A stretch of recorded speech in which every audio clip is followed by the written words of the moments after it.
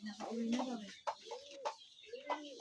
Yan lang naman karne. Pagkata ng video. Ba't yung iba hindi naman?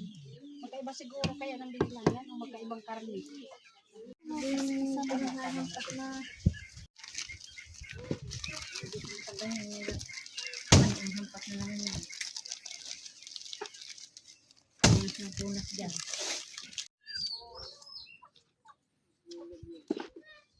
Kahansing panggatong. Malalaki ka naman sila na kumuha ka. Kain na ka naman si Manang? Kain na ka naman si Kain ng panggatong yung katang gagadaliri. Matigas pa yung ulo.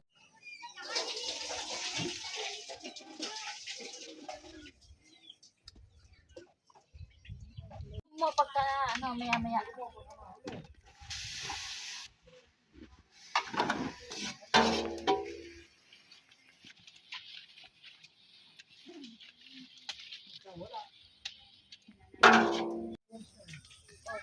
Diyan. Tignan mo na.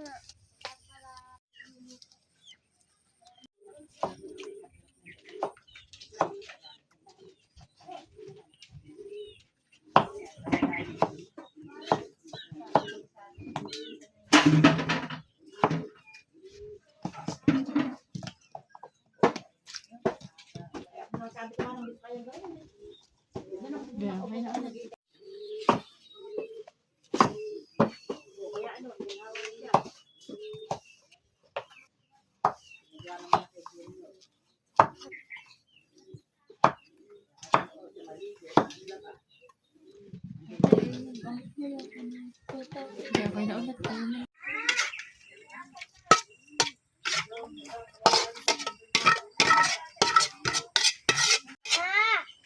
Atin ba itong nandun sa atin na rino? Hindi, lalagay dito yan. Aanin mo yan. Naman ba kasi? Andun, may tinapay doon, nakasabit doon. Sa may plastic. Try kong buksan na uli ah.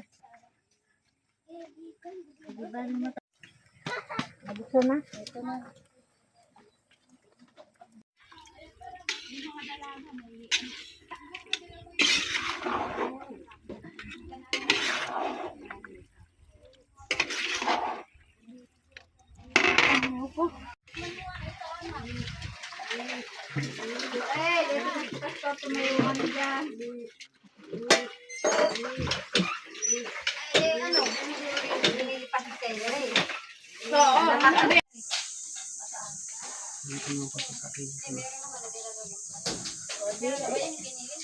Lagyan na. Alin na eh? Yan, sirili. Ito ah. Mali, baka makasambang.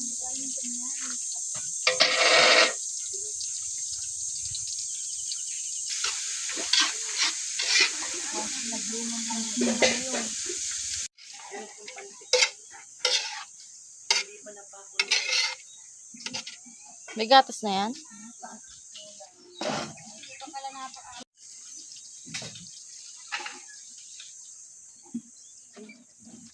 Sabihin mo natin atin ito sa kataan.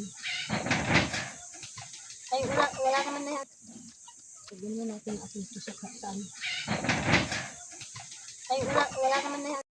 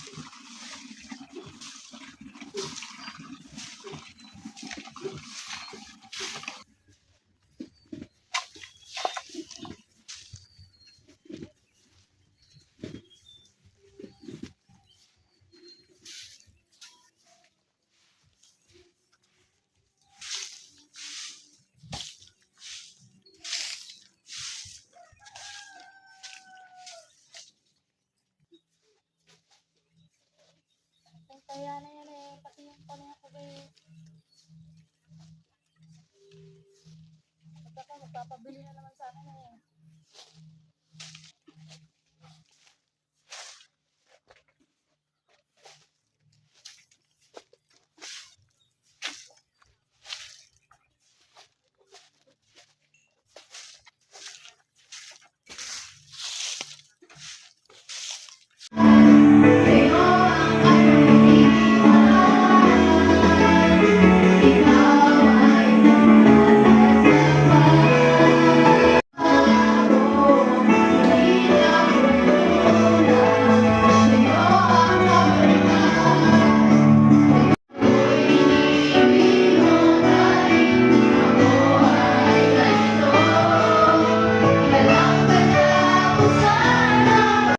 Sa ating iglesia po, sa loob ng 3 taon na saksihan po natin ang kanyang paggabay, pag-iingat at walang sawang pagpapala upang ating balikan ang mga mahalagang pangyayari, hamon at tagumpay na ating pinagdaanan bilang isang pamilya ng pananampalataya pakinggan po natin ang church Para sa kanyang lingkod, sa naman ito ay third year pa lang po, 3 taon po.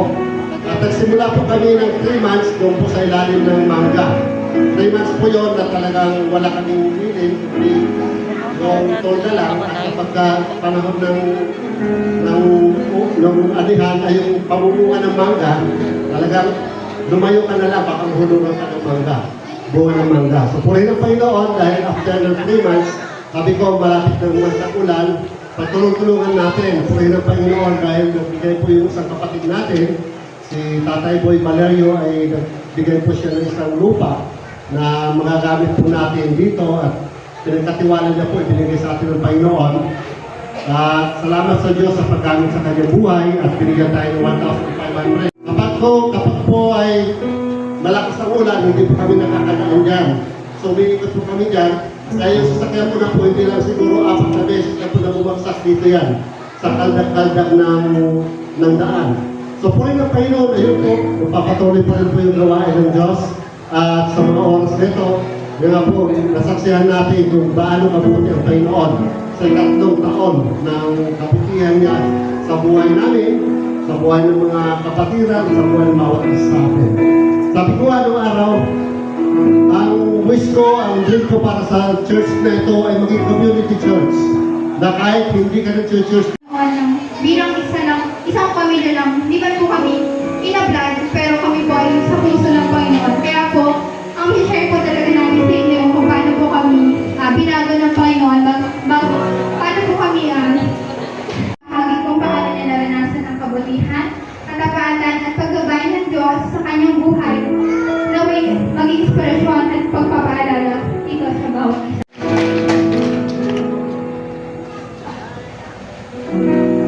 Mapahala ko po ay si Damian. Break the ice and we'll make a question. Para magkaroon tayo ng panimula, gusto ko magkaroon sa inyo isang tanong. What was the first? It was the first time that I noticed this morning. Ilang beses ko na nabasa ang Biblia at yung isang beses na nakita ko yung salita na yun sa isang umaga. So the first words of Jesus after resurrection was, Ang unang salita na sinabi ng ating Panginoon after na siya mabuhay ng muli ay Magandang umaga. magandang umaga. So, yun pa kayo, hindi ko rin ang nalaman. Simple words. So, yun po ang napakasimple mga salita na sinabi ng ating Panginoon. Jesus Ang Panginoon is simple. ay simple lang, He's not complicated. hindi siya komplikado. And I'm simple too.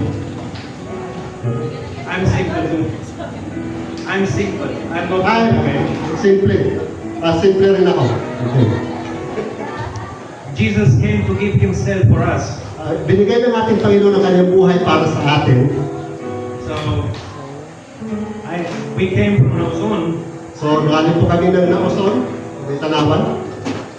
There we have a foundation. Meron kami foundation doon.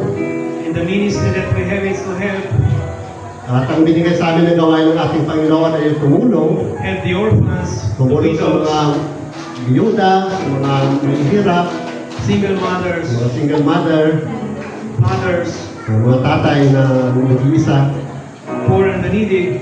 yung mga may hirap na mayroong pangangailangan. So basically we help to everyone. So always like this. Pero ang buhay ko ay hindi laging ganito. And I came from a malfunctional family. At nagaling ako sa isang magulong tahanan. With a problem with drinking, At yung nakagawian, yung pag-iinom, domestic violence, talagang magugulo, maraming mga kaguluhan. but still my family tried to give me their best. Pero binibigay pa rin ng aking pamilya yung mabuti at maganda para sa akin. They love me in the way that they know. Kilala minamahal nila ako sa ganitong kalagayan. In the age of 14, So, tinanong ko sarili ko ng ilang beses sa edad na 14, what is the purpose of life? ano ba ang layunin ng buhay? And I didn't find purpose of life in my family. At hindi ko nakita ang layunin ng buhay sa pamilya ko. More I say, this is life, I rather life. Sinasabi ko ito yung buhay pero kasi lumalingan yun. You know, always the same story, Parehas na lagi ang nangyayari. The same story, parehas na kwento. no change, Wala pagbabago. always bitterness, resentment. Andun yung sama ng loob, lahat ng mga bagay na lamang isang grupo ng mga tao. It's a family in Christ Ito po ay isang pamilya sa ating Panginoong Isus who were redeemed, na mga ginamo, na inihaon, iniahon. bought with price, not with gold or silver, Tayo po ay inahon at ginamo ng ating Panginoon hindi sa mga ginto at sa mga silver sa buhay natin, but with the precious blood of Christ. kundi sa pamagitan po ng banal ng ating Panginoon. That day on the 27, At sa edad na 27, I asked God forgiveness, humingi po ako ng kapatawaran sa ating Panginoon. and I cried At ako po talaga ay umiyak because I experienced dahil naranasan ko po His forgiveness. ang kanyang pagpapatawad. In Isaiah 53, Sa Isaiah 53, verse 5, verse 5, nasugatan dahil sa ating mga kasalanan. crushed because of our iniquities. Talagang naparusahan at nagdusa dahil sa ating mga kasalanan. Punishment for our peace was on Him, Ang ating mga kaparusahan ay napunta sa Kanya. and we are healed. At tayo po ay nabago, tayo po ay napagaling. He was pierced Siya po ay talagang sinugatan, that I was forgiven. pero ako po ay napatawad. I received forgiveness by grace, Ako po ay nakatanggap ng kapatawaran dahil sa biyaya ng ating Panginoon. and it was free. At yun po ay isang libre. But the grace of Christ Subalit ang kaputihan, ang biyaya ng Diyos, was not free. hindi po libre. Christ paid for us. Binayaran po ito ng ating Panginoon. Yesterday, my son, the little one, Kahapon lang aking anak, si yung maliit, he's 4 years old. siya po ay 4 taon. And he came to me to say, Pumunta po siya sa akin at sinabi, forgive me. patawarin niyo po ako. I say, for what? Yung paghihirap ng ating Panginoon Jesucristo. Bakit po pinagsimulan ng bakit sa inyo natin? Na tayo po ay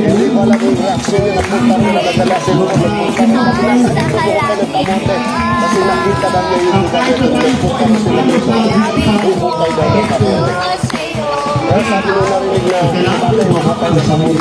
Christ came,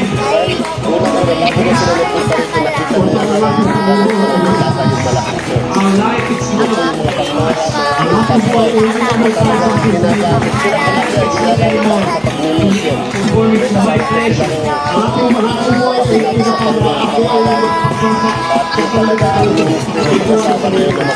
is not always free. Nakikita natin dito na ang Diyos, marami po siyang ginagawa. Iniaan po tayo sa isang mas maganda at mas malaking gawain para sa susunod na mga panahon. Kaya purihin po ang Panginoon sa mga ito. Praise God! Kumusta po kayo lahat, mga kapatid? Ang isang linggo ay para bang kabilis at purihin po ang Panginoon. Meron po tayong mga kasama ngayon, mga bago na nakasama. Siya po ay talagang kilala na magaling marami po katatangin. Pero hindi po si Stephen Pratt kasama natin ngayon. Siya po ay isa sa mga pastor na kasama rin nila sa kanilang church sa Jesus Alliance. So, puri ng Panginoon, dahil nagkaroon po tayo ng opportunity na makilala mo si pastor. Kapag kilala ko lang sa kanya, isa po siyang lingkod ng Diyos na mula sa kagaya ng sinabi ni Brother Damian, na mula sa pinakamababa ng buhay niya ay pinago ng ating Panginoon at ngayon ay ginagamit para maglingkod at maging pastor sa isang church dito po sa Maor. Actually, hindi ko alam ngayon.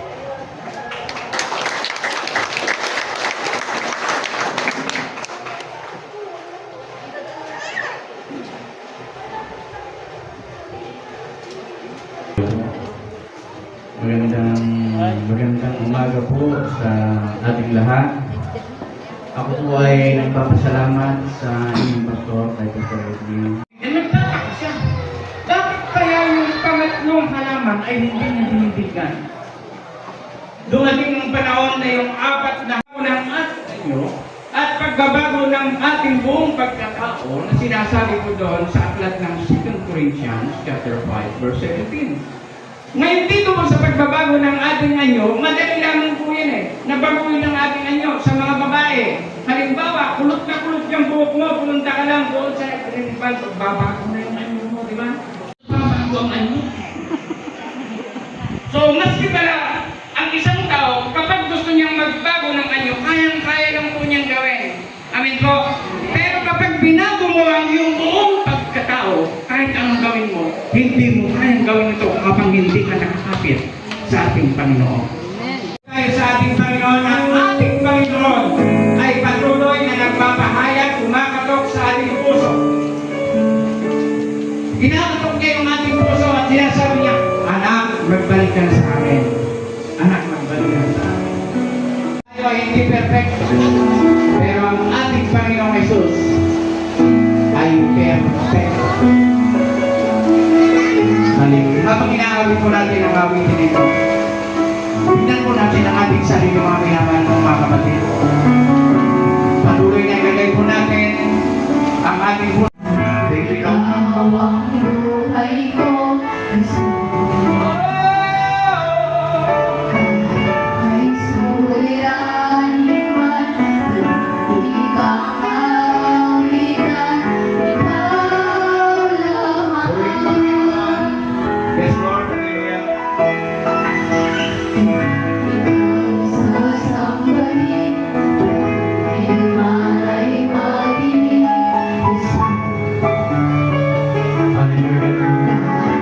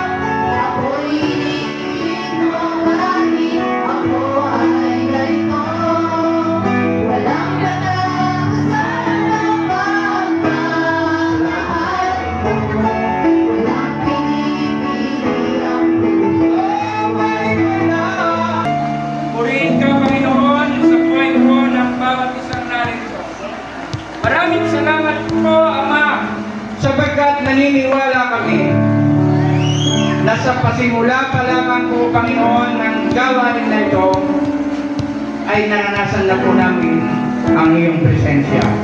Maraming salamat po, Diyos, sapagkat sa loob ng 3 taon na ikaw ang nagpasimula sa church na ito, naniniwala kami, O Diyos, na marami pang taon ang ipagkakaloob mo po sa church na ito. Ang church na ito, Panginoon, ay dalangin namin na hindi po kami tatayo sa lugar na ito, na halos maliligo po kami sa pawis. Ang pananampalataya namin, Panginoon, darating ang araw, magkakaroon ito ng maraming effort. Bubuhos mo, Panginoon, ang pananalapi sa lugar na ito. Magbibigay po kami ng aming pananalapi sa church na ito. Yan ang pananampalataya namin. Dahil sa lahat ng binibigay po namin, kayo po ang siyang patuloy na maluluwalhati. Panginoon, maraming salamat po sa lahat po ng mga taong narito, mga worker, mga core leader, mga elder, mga member, mga bisita. Panginoon, kung hindi pa po nababago ang aming mga isip at puso ayon sa iyong makapangyarihang salita, ng mga leader, ang lahat ng mga member, mga bisita, Panginoon, pagpalain niyo po sila. Panginoon, patuloy, O Diyos, na maranasan po namin ang iyong presensya sa buhay ko ng bawat isa. Muli po, itinatas ka namin, pinasasalamatan ka namin. Ito po ang aming panalangin. Mayroon pa na ng salamat sa pangalan ng Panginoon Jesus na aming manunubos at tagapagligtas ng aming mga buhay. Palakpakan natin ang Panginoon at sabihin natin, Amen, Amen, Amen. Pagpalain po tayo ng ating Panginoong Diyos sa buhay. Salamat po.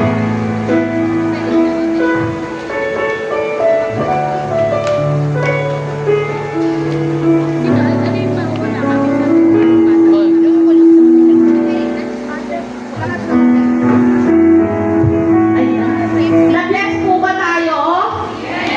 Pinagpala po ba tayo ni Lord? Amen. Ano po?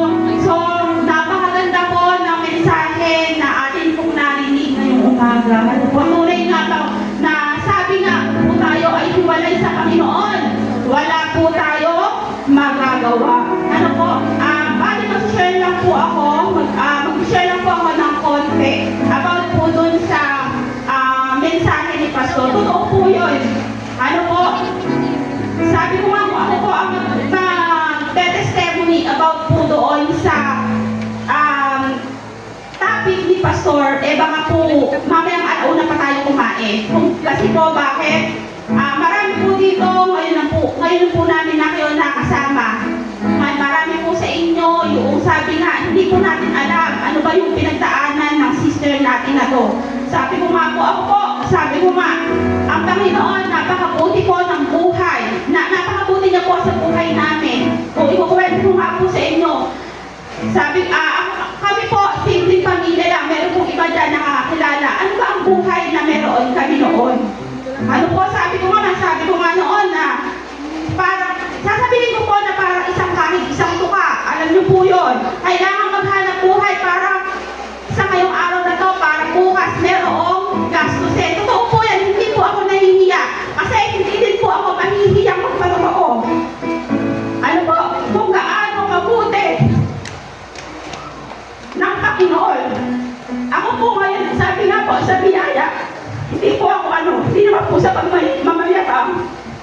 Ano po, ako po ay isang teacher na po ngayon. Dati po ako ay isang mananalim lang. Totoo po yan. Pero sabi ko sa buhay ko, hindi po pwede mamatay lang ng ganito habang tumanda ng ganito habang buhay. Ano po ang ginawa ko? Dati na po akong Christian. Pagtunay nga pong dakila ang ating Panginoon. Ngayon po humingi po kami ng salamat kay Pastor Erwin po sa Binigay niya po ang magandang mensahe ng ating Panginoon. Sabi, sa mensaheng ating pong napakinggan, muli po tayong pinaalalahanan ng ating Kristo na may bagong buhay. Ang ating nakaraan ay hindi hadlang upang tayo ay gamitin ng Diyos. Kapag tayo lumapit sa Kanya nang may pananampalataya at pagsisisi, binabago niya ang ating puso, isipan at pamumuhay. Na may patuloy natin sa buhay ang mga pagbabago nito, araw-araw upang makita ng iba ang kapangyarihan at pag-ibig ng Diyos sa ating buhay. Tunay na kay Kristo may bagong simula at may bagong pagkasa. Di ba po, sa dami-dami po nangyayari sa buhay natin ngayon. Masasabi niyo po bang, kung andito po tayo sa sitwasyon na to, sasabi po bang kaya po ba natin to kung wala si Kristo? Di ba po, parang, apaka-imposible po, lalo-lalo na po sa amin na nandito sa walk with faith in Jesus po. Kasi po, nagsimula po talaga kami sa walang-wala. Pero kung talaga po naniniwala ko sa kaya ng Panginoon, wala pong imposible. Bakit niyo po minsan, may alam niyo po bang kahit po kami mananampalataya, meron pa rin po kaming doubt. May doubt kami na, Lord, kaya pa po ba namin ito? Pero di ba po, napakalaki po imposible, nasa Panginoon ka. Kasi po lahat po ng hindi mo kayang gawin, kung ipagkakatiwala niyo po sa Panginoon, walang imposibleng gawin. At totoo alam po, ako po ngayon, hindi ko po akalain na ako po ay magiging MC. Kasi for the first time po, tatayo po ako sa maraming taon na ito. Unang-una po, kanina po nanginginig po yung tuhod ko. Pero sabi ko, Lord, habang nag-pray po kami dito, Lord, gabayan niyo po ako. Bigyan niyo po ang lakas na loob. Huwag niyo po sana hayaan na ang kaaway ang masyang manaig sa buhay mo, Panginoon. Sabi ko nga po. Dito po, sino po ba mag-aakalang tatayo ko dito sa harap? Napaka-mahihain ko po na dalanan po ako sa loob ng bahay. Kaya po kung wala po ang Panginoon sa buhay natin, wala po tayong magagawa. Kaya po, Pastor Ernie, muli po, salamat po sa magandang mensahe na binahagi sa amin. Kaya po, sa oras po nito, ay dadako po tayo sa special number po ng mga kids po, kid ministry.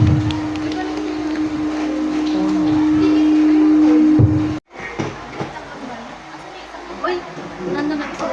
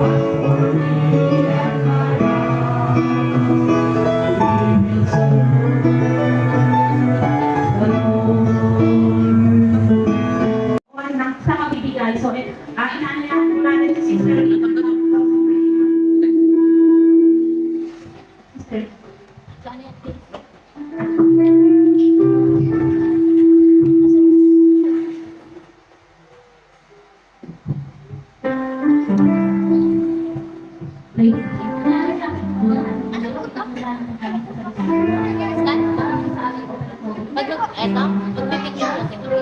Magkano? Lobat yun.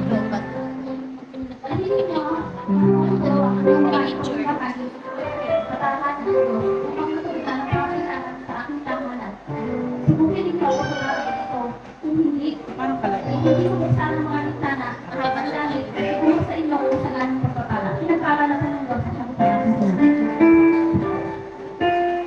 Eleven.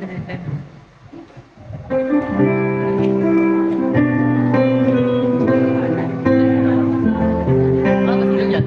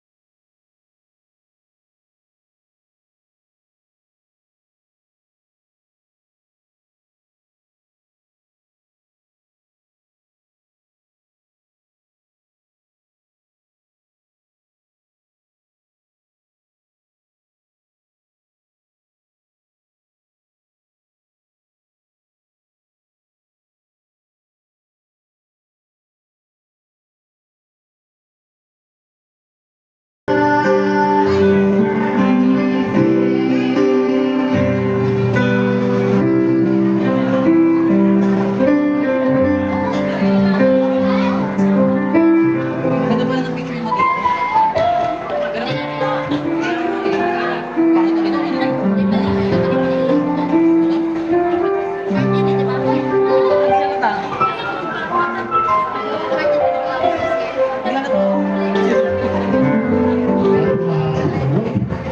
Sa harap para po maipag-pray po tayo ni Brother Damian. Brother Damian, can you lead the prayer for pastors and leaders? Tara na po dito yung mga pastor po, mga leaders po. Tara po dito. Father, I pray in the name of Jesus Christ that you will educate them. Every good work that you have prepared for me, Lord. Lord, that you will speak to them because of the love and passion that I have towards you. As you say, if you abide in me, you will get much more. You will attain them, they can get more. I thank you, Lord, that you have chosen them. Father, give them a clear word, clear vision of you. Father, wherever they will go, they will be knowledge of you, Jesus. And they will really, as you call them, good and faithful servants. And they will proclaim the message of salvation. Lord, in the mighty name of Jesus, Lord, I rebuke any discouragement, any demonic activity, Lord, any conspiracy of the enemy, any lie of the enemy, Lord, that only the true way stand, Lord. The only desire that they will have is to be holy, as you are holy, Lord. And they will love you the same way that you love them, Lord Jesus. And they will be no big and small, but they will be all one in unity, Lord. So I pray for this congregation here, Lord, that you will unite them more and more in the Spirit through the blood of the Lamb, with your blood, Jesus. As the enemy will try to say, I pray for my Father, that you will remain forever. Lord, I thank you for the life. I bless you for the Lord Jesus. Lord, you say that you are Jehovah Jireh, that you are the one who provides for my mission. Again, for a soul. Thank you for the faithfulness of you, Lord. Lord, as the word is clear, do not fear my little flock. Do not fear my little flock. Until my Father has placed, I give you the kingdom of heaven. I give you praise, glory, and honor.